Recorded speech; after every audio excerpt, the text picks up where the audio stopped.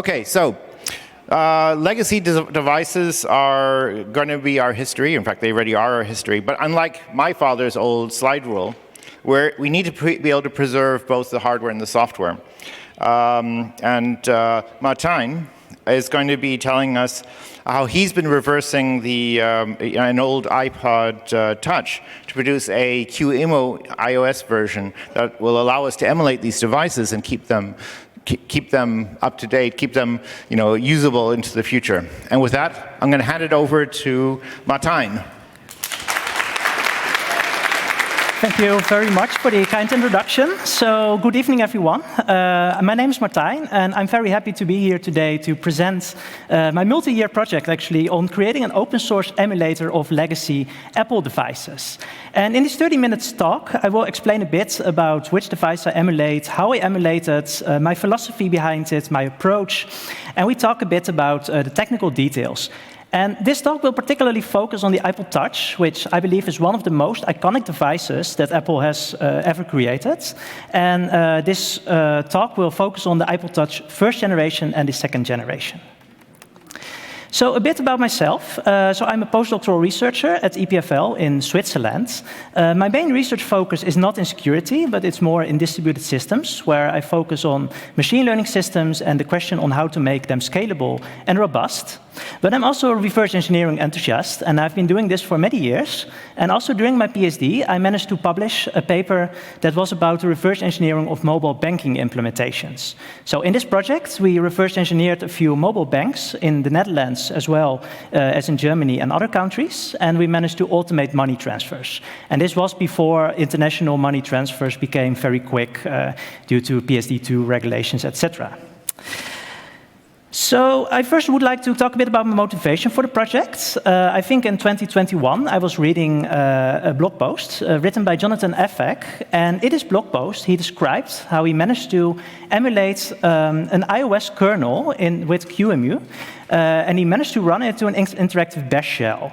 And I was reading this blog post, and he gave some technical details, and I was fascinated by that. And I was thinking, would it be possible to do that for other devices, and how difficult would it be to do it from scratch? Because his work, it was very great, but it used a lot of hacks and works around to get working. So I decided to embark on this journey, try to reverse engineer, understand these legacy devices, which I considered at the time a fun challenge. And I also wanted to contribute a bit to long-term hardware preservation, because I think it's really nice to have devices that are not produced physically anymore to still be able to emulate them with software. So where to start? And the first question that came to my mind is, which device should I emulate? I mean, over the many years that Apple has existed, they have created many different devices. And the contemporary devices, if you think about them, are extremely complicated. And as a consequence, they are very hard to emulate. So they have neural engines for AI workloads. They have Face ID, Touch ID engines, secure enclaves, which are very opaque and really difficult to understand and reverse engineer. But also software-matic security measures like trust caches, which is essentially a mechanism, a set of hashes that Apple considers trustworthy. So you can only run binaries that are in these kind of trust caches. So I was thinking, and actually my first Apple device was an iPod Touch 2G. And I thought, well, let's go one step back and start with the first generation iPod Touch. That device was released in 2007, and it uses the ARMv6 instruction set. And I thought it was simple enough to emulate. Well, those were some famous last words, because this took quite a while in order to get up and running. You can see the device here on the right, so maybe you did own one at one point, but it got superseded by the iPod Touch 2G 1 year later in 2008. So I was not the first one to actually emulate these kind of devices. The first serious attempt I could find was in 2012 by someone on Twitter called cmw.me. And he managed to emulate the S5L8900, which is the SoC of the iPod Touch 1G, as well as the iPhone 2G. And he managed to get some peripherals up and running, and he managed to emulate the boot RAM. Unfortunately, I couldn't get his code to run. So even though he did a lot of work on making some peripherals documented, it was a bit difficult for me to directly integrate it. And as far as I'm aware, this project and the person behind it, he also founded Corellium, which you might know as the commercial company that provides virtualized iPhone and Android devices. There's another work by Jonathan Effeck, that was the blog post that I was referring to, and he managed to emulate an iPhone 6s Plus, as well as an iPhone 11 emulator by Trung. So they all have different, they all targeted different SoCs, different architectures, but none of them actually managed to get into the iconic user interface or get other components like the multi-touch up and running. I'll talk a bit about it later. And finally, you also have iBoot. iBoot is an open source bootloader for early Apple devices. It replaces the main bootloader, and it was originally used to boot into different operating systems, including Android, which would run, although very unstable, on the iPod Touch 2G. And I really learned a lot from all these projects, and I think I wouldn't have been able to carry out this project and get this far without like the help of all these projects and all the people behind this project. So I want to take this opportunity as well to thank everyone in the open source ecosystem that has contributed to these projects. So I'm very happy with them. Yes.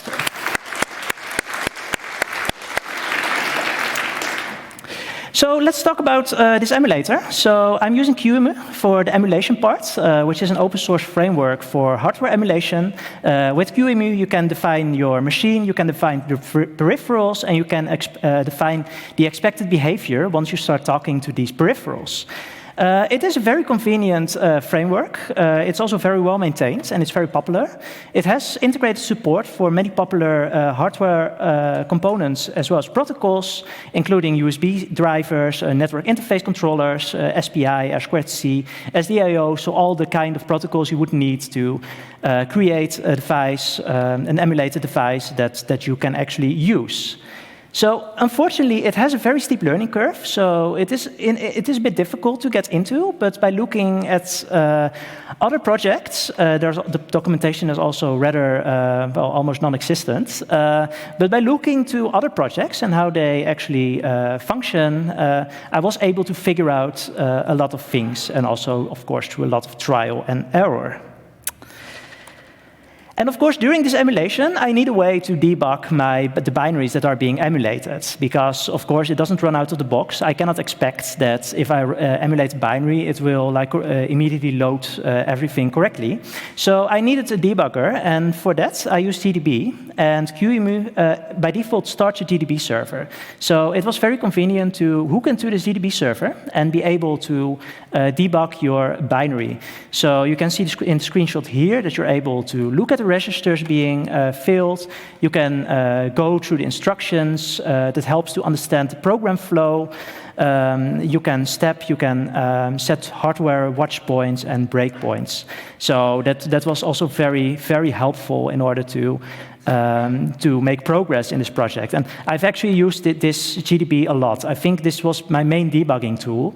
And even though I am aware that you can write GDB plugins, it is very cumbersome, and it really relies on the particular image that you are using in order to get meaningful results out of that.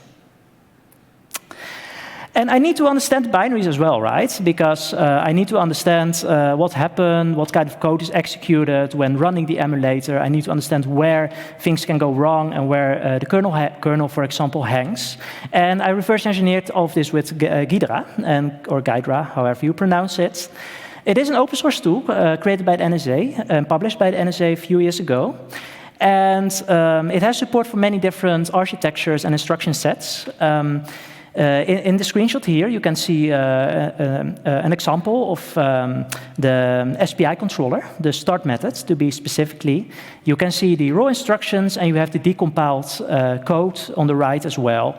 And if you set your variables and you name your variables right, you can actually get pretty readable code that is very helpful in understanding how things work. So this shows the SPI controller, which is a key component because it also interacts with many different things. I'll talk about it a bit later in this presentation. But overall, it is a very awesome tool. Now, my philosophy during this emulation was that I want to stay as close as possible to the real hardware. I want to follow the execution, the code flow, exactly as Apple and as the architecture and the binary intend me to follow it. And the reason, that means that I want to avoid relying on hacks, workarounds, image patching, kernel patching, whatever, because I was under the impression that this would really bite me later on. So you would work a bit on getting the device up and running. You would get further and further in the boot stage through like patching and disabling particular peripherals or disabling particular function jumps. But there is a very high probability that this will bite you later on. And I found various occasions where, and I noticed that the interaction with peripherals get more and more involved as the device runs and the device boots. So it sounded like a good idea. However, the emulator in the end ended up with also with a bunch of hacks. Some of them were really unavoidable without very, very extensive work. Some of them were just out of laziness. So, so I had a few workarounds, but I'm pretty sure that with future work, we can reduce the number of workarounds in these emulators. But most of the peripherals are actually there. So let's dive a bit more into the details, and I will now explain the boot chain, how exactly these older iPhones and iPod Touches are booting.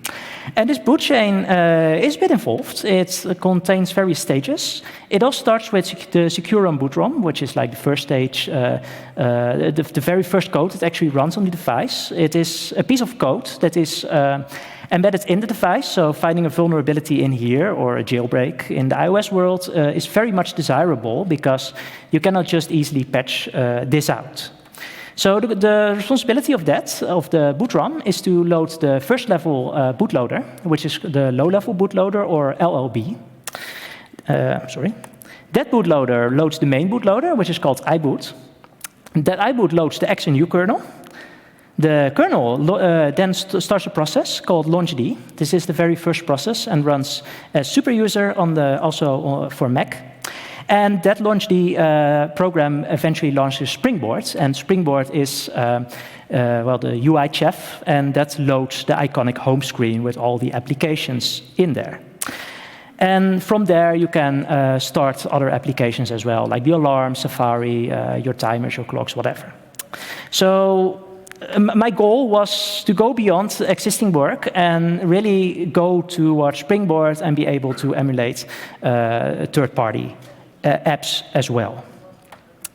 So the boot ROM, let's start with the first part. So my initial intention was to start working on the boot ROM and get it up and running.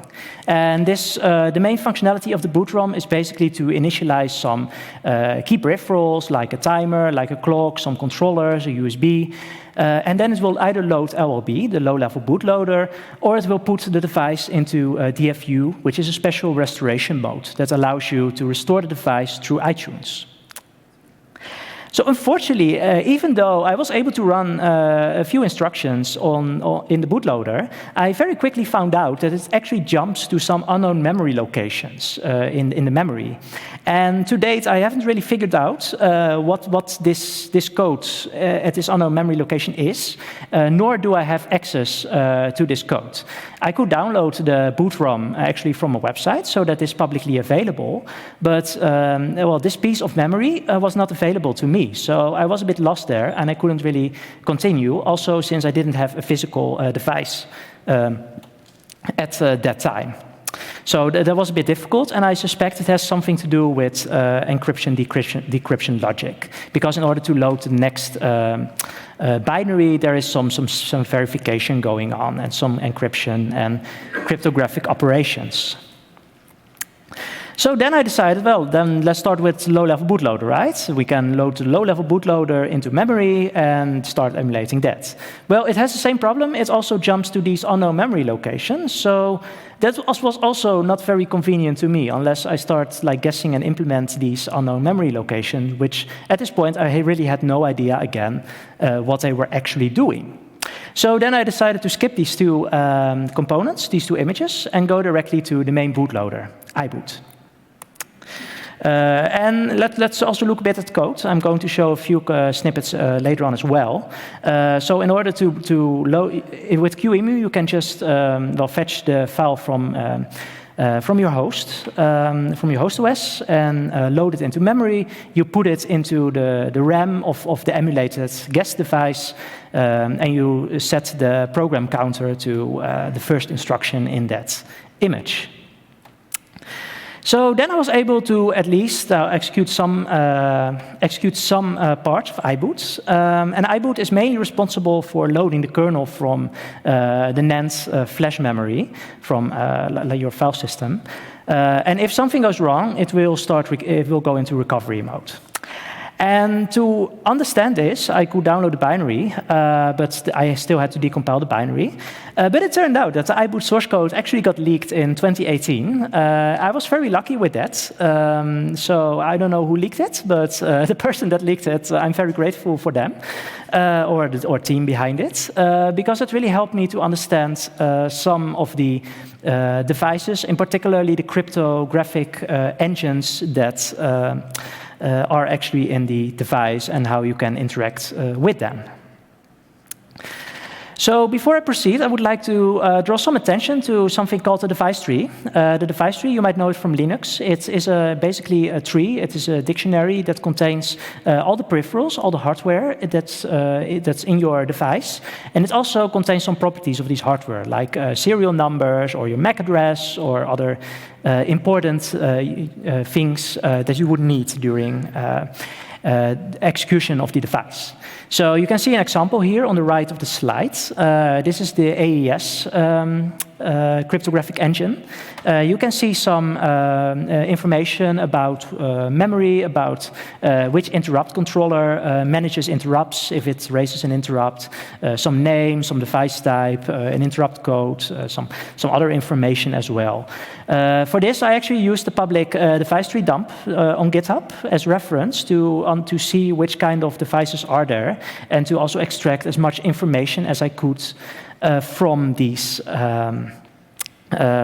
device tree.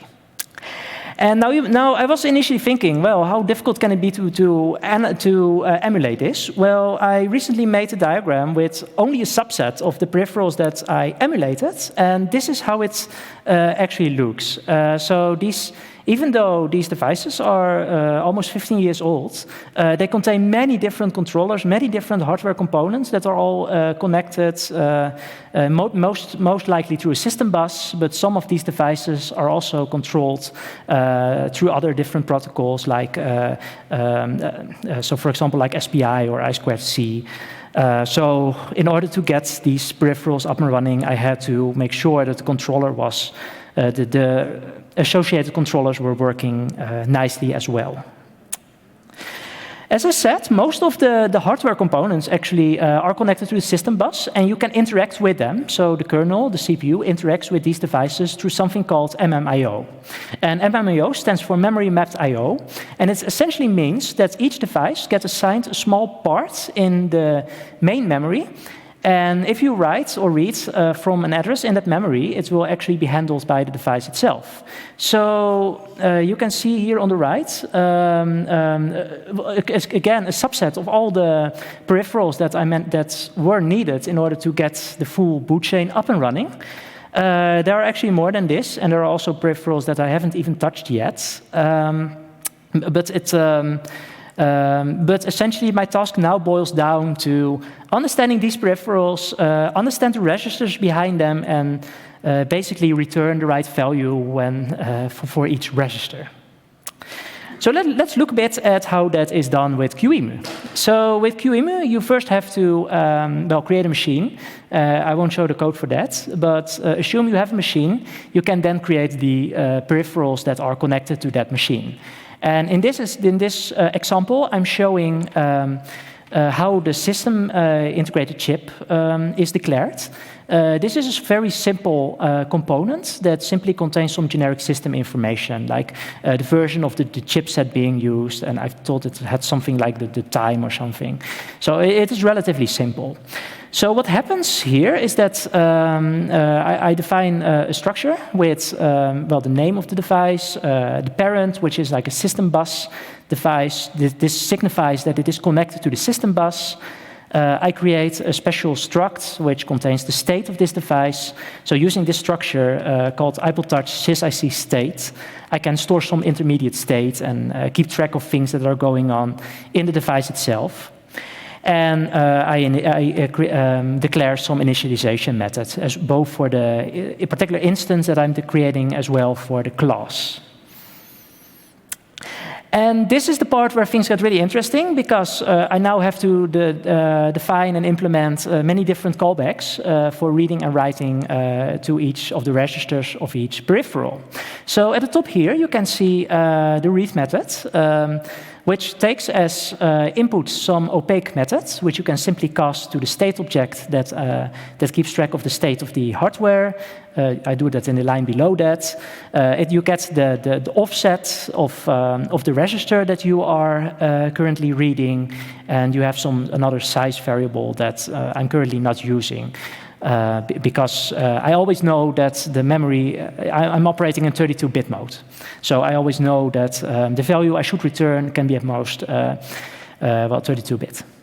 So what I then do is, based on the offset, based on the address that that this read method is called with, I have to do something, right? And in this case, if the power on control register is being invoked, I return a value of 42.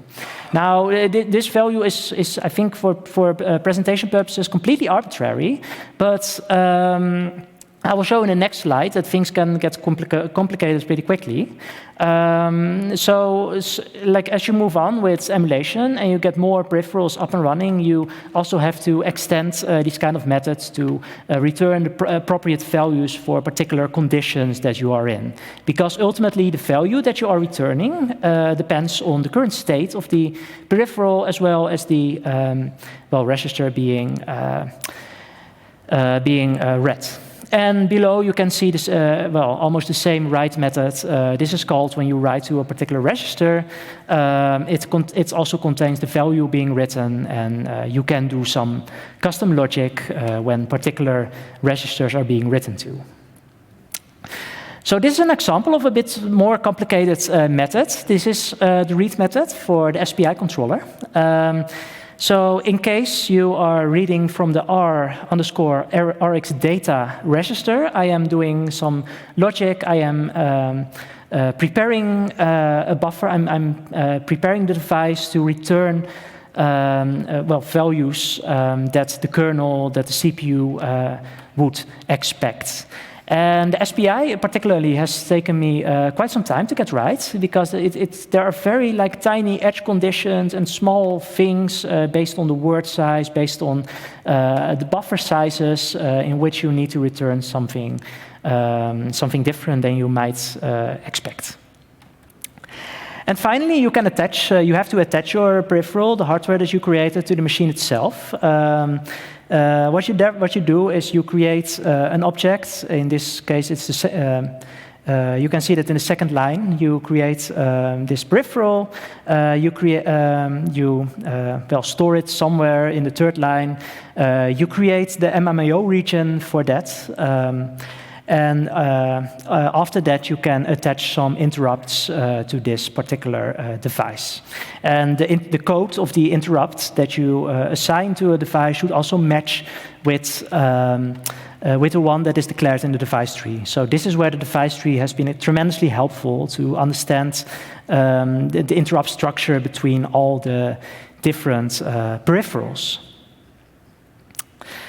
So let's move a bit higher into the stack. So after the main bootloader has been mostly running, I now had to emulate and make sure that the kernel runs. The main responsibility of the kernel, the first responsibility actually is to set up the CPU, to set up tasks, the task subsystem, and then it will actually start loading the device drivers. And it will load almost all the drivers that the device needs. And for this, it uses IOKit. IOKit is a framework by Apple that is used to write drivers. It is very well structured, so that was quite nice. It was that made it easier to understand what's going on. And starting a driver usually involves writing to some configuration registers, resetting the device, clearing interrupts, cleaning up other data. So. Usually, like my task was to, if a driver starts and it gets stuck somewhere or you get an error, trying to see what's going on, trying to understand the expected return code, trying to make sense out of that. Like instead of just blindly returning the value that it would expect, I would try to look up on the internet. I would try to find data sheets in order to hopefully understand which register stores and controls what.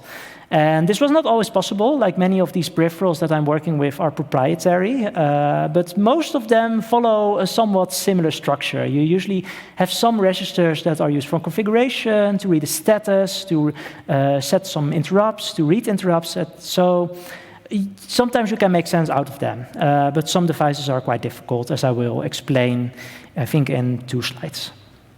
So after all these drivers are loaded, it will actually start launchd, and then it will move to userland. So this was basically the task that I was stuck on for, I think, over a year. And after this year, I got most of the important peripherals fully functional. And that would include the clock, the timers, the vector interrupt controllers, the direct memory access controllers, and the cryptographic engines. So these are very important in order to get to somewhere useful. And for some peripherals, I only have partial support. So I just have enough support to make it past the initial stage to make sure that they load and that the kernel is happy with the state they are currently in. That includes peripherals like TV out, which triggers when you connect the device through USB to a TV. The GPU as well, the accelerometer and the light sensors, which are, I would say, not very critical for normal system operation.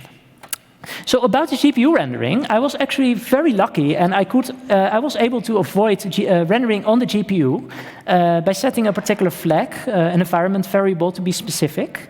If that wouldn't have been possible, I would have to reverse engineer the communication with the GPU. So at that time, they were using a PowerVR MBX, which is completely proprietary. And as far as I'm aware, there has been no serious effort, at least public efforts, to reverse engineer that. And I looked at the device, and it looks very complicated. So I was very happy that I could avoid that and instead rely on software-based rendering. So lots of work to do still. There are still many peripherals that are incomplete, but at least I'm very happy that at this point, I could boot to userland. And one of the things I would also need to boot to userland is persistence. So it's during the boot sequence, the device would occasionally read from different kinds of memory, persistent memory, like the NOR and the NAND. They were actually quite different between the iPod Touch 1G and 2G. So in a sense, the iPod Touch 2G has been like a revamp of the 1G, and they basically fixed, well, many of the mistakes, what they considered mistakes in the first generation, and did something else in the second generation. The main difficulty here is that how you actually store data on the hardware in the actual flash memory is completely different than how the operating system sees it. And I will show that in the next slide.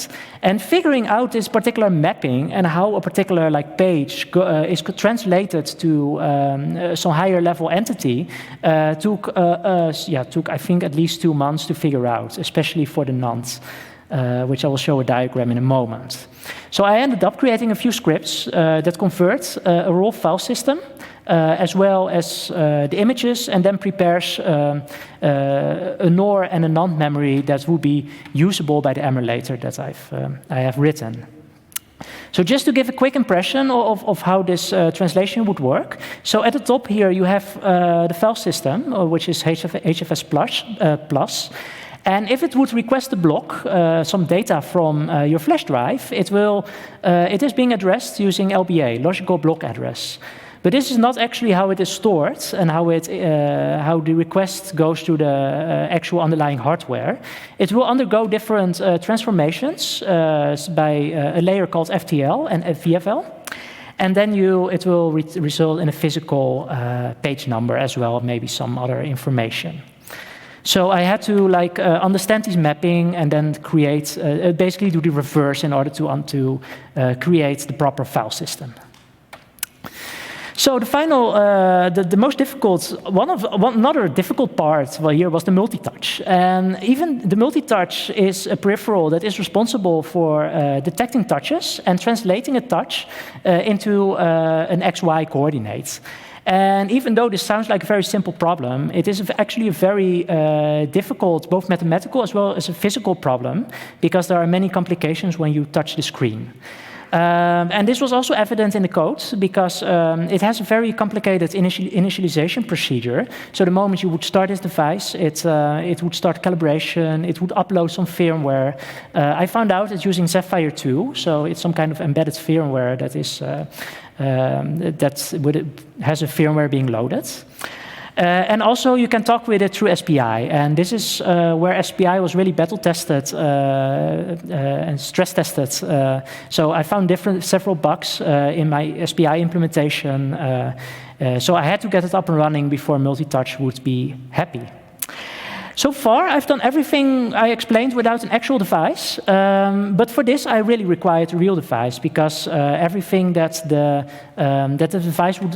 code would do, I wouldn't understand. So what I did, I got gifted a real device by a friend, and I installed iBoot, which is this open source bootloader, and then I talked to the device directly, and I would read out the frames, and I would play with the touch in order to understand different values that the device would return back to me.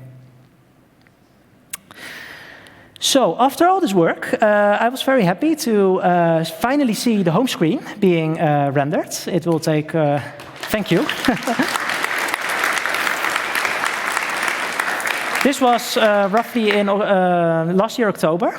This was the iPod Touch 1G, and I decided to immediately move on to the iPod Touch 2G because it has an SDK, and it also has better support for third-party applications, which is something where I wanted to go. And up to 2 months ago, I finally got that also up and running with iOS 2.1.1. So yeah, that also works now. And thank you again. And I combined all of this in the QEMU-iOS emulator, which is an open source emulator. You can scan the QR code and you can go to the GitHub repository. It currently has support for the iPod Touch 1G and 2G. Compilation is a bit difficult though. It mostly works on Mac, but I'm working on other OSs as well. And I'm currently focused on the stability of the iPod Touch 2G. And contributions are more than welcome, so feel free to create issues or reach out to me, maybe also after this talk. That's it for now. Thank you for your attention, and if you want to know more, you can either go to my GitHub or you can go to my personal website, where you can find some blog posts as well. Thank you.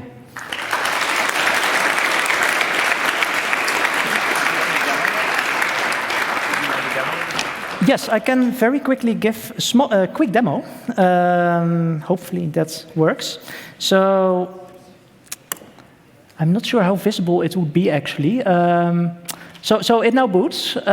So it goes to the bootloader, which is very quick. Then it goes to the kernel, and then I think after like 20 seconds it boots. Multi-touch is also working, so I can use my cursor to control the device. I can press buttons. I can go back to the home screen, and I can also type some stuff as well. So overall, it is pretty functional. I still haven't installed third-party apps, but hopefully a volunteer here or a contributor can help me do this. So I think that's all for now.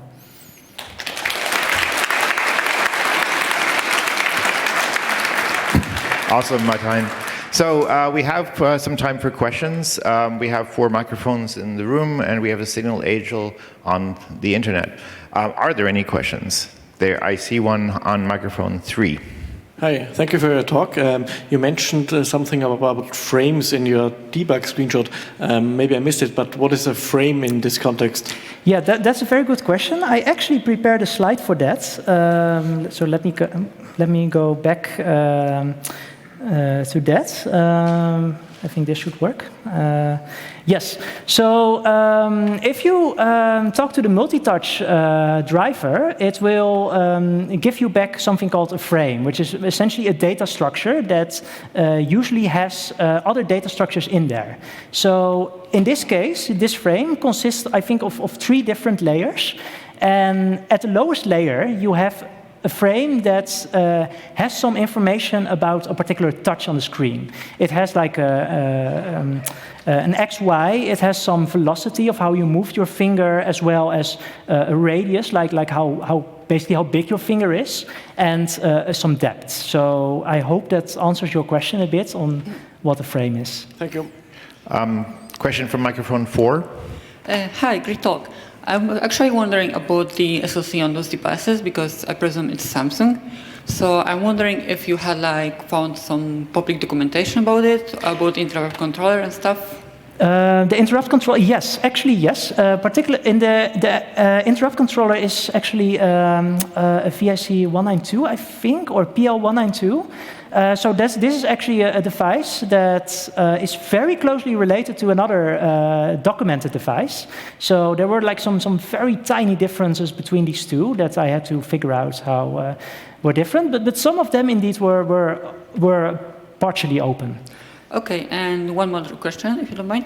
Are you planning to upstream this to QEMU, or are you going to keep it in your tree? What exactly? Are you planning to upstream those changes to QEMU, or? Oh, upstream the changes. Oh, that's a good question. I haven't really thought about it yet. I don't know. I haven't really read into the policy of QEMU, so that would also depend on the developers there. Most of the code is very hacky, but then I looked at other examples in QEMU as well, and they were also, well, not the nicest code out there. So yeah, maybe. Okay, thank you very much. Microphone 1. Thanks for the interesting talk. I would like to know what happened to those unexpected addresses the boot sequence jumped to you mentioned in the beginning. Thank you for your question. So you asked what happened to these unknown memory instructions. Yeah, what did you do with those? I actually found out later on in the kernel. Yeah, I didn't really have time for that to go into more details.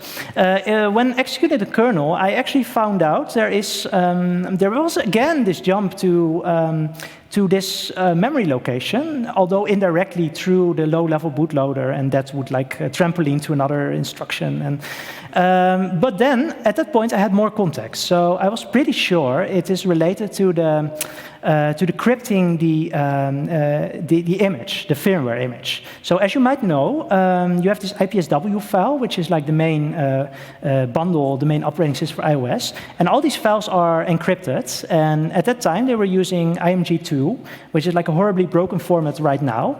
But that logic that you mentioned actually contained the decryption for that.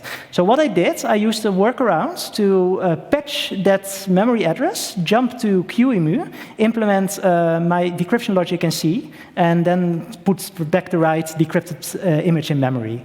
So that's how I circumvented this decryption. Okay, thanks. Microphone 2. Yeah. Thank you for the great talk. I was wondering, you mentioned Corellium before, which is a vendor providing virtual devices for yes. Apple products, right? Apple doesn't really like their devices to be virtualized, which yes. we could see from the 5-year-long lawsuit where Apple tried to sue Corellium. Yes. How do you see the legality, or like, did you already receive a letter from the Apple lawyers or something? Thank you for your question. No, I think I'm still too insignificant to receive any cease and desist any letters or something related to that. Talking about Corellium, I think it's pretty impressive what they managed to pull off, because emulating this kind of stuff is really, really difficult, and they have much more things going on, including Wi-Fi, jailbreaking, direct access to the raw memory, things I can only like dream of in my emulator, right? Because that would make debugging so much more difficult. I mean, to be fair, I don't think many people would care if like you emulate these legacy devices. The moment you start going to more recent devices, things would get more interesting. For example, I'm thinking about reverse engineering the Screw and Clay for the neural engine. But again, these devices are, one, extremely complicated, and two, the decryption keys of the firmware is not public. So I have very little hope of actually moving beyond anything than, let's say, the iPhone X or 11. And we have one final question from the internet. Is there any work on the iPod Classic as well? And there's what? Some? Is there any work on the iPod Classic? Yes, there is. I think you have it's called Rockbox. It is an open source operating system and kernel for the iPod Touch Classic. It uses some similar peripherals. I think the factory interrupt controller and the DMA are similar. I actually talked with, I think it was half a year ago, someone was in Lausanne, where I live, and he dropped by and we talked, and he worked on reverse engineering the iPod Classic and other older iPod devices.